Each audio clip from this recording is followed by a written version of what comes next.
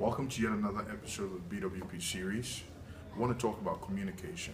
What is communication? Communication is basically transferring an interpretation of messages from two sources.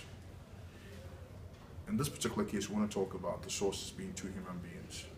Now, just like a telephone line before you make a call or even transference of data from one computer to another, before any sort of exchange has to happen, the first signal, the source signal, checks to see if the destination signal is ready to receive the message. It's the same when we communicate with people.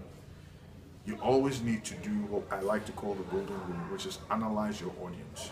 You want to ensure that they are aware or they're in the mood to listen to what you have to transfer to them. So communication always starts from first analyzing your audience. Depending on the mood, depending on what it is that they want to do, you engage with them and ensure that they understand your message. Now, it's funny when sometimes you see people trying to communicate to others but do not actually look at the level at which they can understand but start talking. That's talking, that's not communicating, because communication only happens when there's understanding, when there's a clear message sent from one source to another. Typically, if the source or the destination does not understand the message that's sent, it's really on the onus of the source. So when you're communicating with somebody and the person doesn't get it, you may want to refine the way that you communicate with the person. That's rule number one.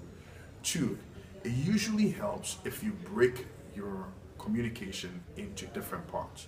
For example, before you talk to somebody, before you engage with somebody, you want to introduce what it is that you want to talk about.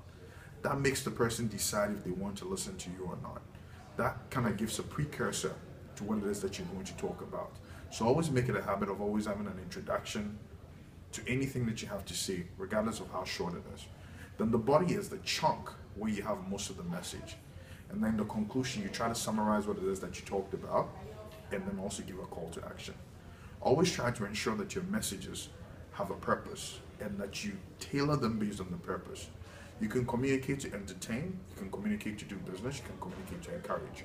But it's always important that you understand or analyze the audience that you're engaging with so that you can effectively communicate and effectively get responses. So like I was saying, in communication, there's a source, there's a destination. You basically have a transference of information and the information must be interpreted. Now, this brings me back to a Vietnamese saying that says it doesn't cost anything to have a loving speech. We only need to choose our words carefully and we can make other people happy. And that should be the overarching reason for communicating with somebody. You need to be able to transmit a mood. You need to be able to affect the person you're talking to positively, or at least encourage some sort of dialogue that will end up in a positive light. Now, how do we say what we mean in a way that other people can really hear? That's where the art of communication comes in. Now, communication applies whether it is in your relationships, whether it's in your business, whether it's in your work environment or in the classroom. The three distinctive different areas of communication could be verbal, nonverbal, or written. Now, we're not going to go too much into the written or the nonverbal. We can expand on that later, but you still need to understand that fundamentally, regardless of who you're writing to, regardless of who you're giving cues to, you need to analyze the audience that you're dealing with. And some of these things apply across board. Now, when you are also within these four different categories, you need to also be aware of how you would communicate. For example, sometimes you may communicate to yourself, which is what you call the intrapersonal communication. You may also want to communicate with another person or with one or two other people. That's where you have your interpersonal communication. Then you may be communicating within a small group of people, say in a classroom, doing group studies, doing Bible studies, etc. You need to also understand the dynamics that come with that.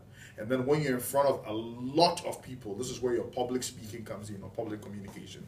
And each one of them may have its own dynamics that comes around, but the principles stay the same. You need to analyze your audience. You need to have a clear objective as to what it is or what type of message you're trying to pass along. You need to know or understand the dynamics of the room or the place where it is that you're communicating, and other interfering factors that could basically disturb or disrupt your communication signal. I'm later on in this series going to go into each of these and drill down. But for now, these are the overarching theories around the art of communication. Stay empowered.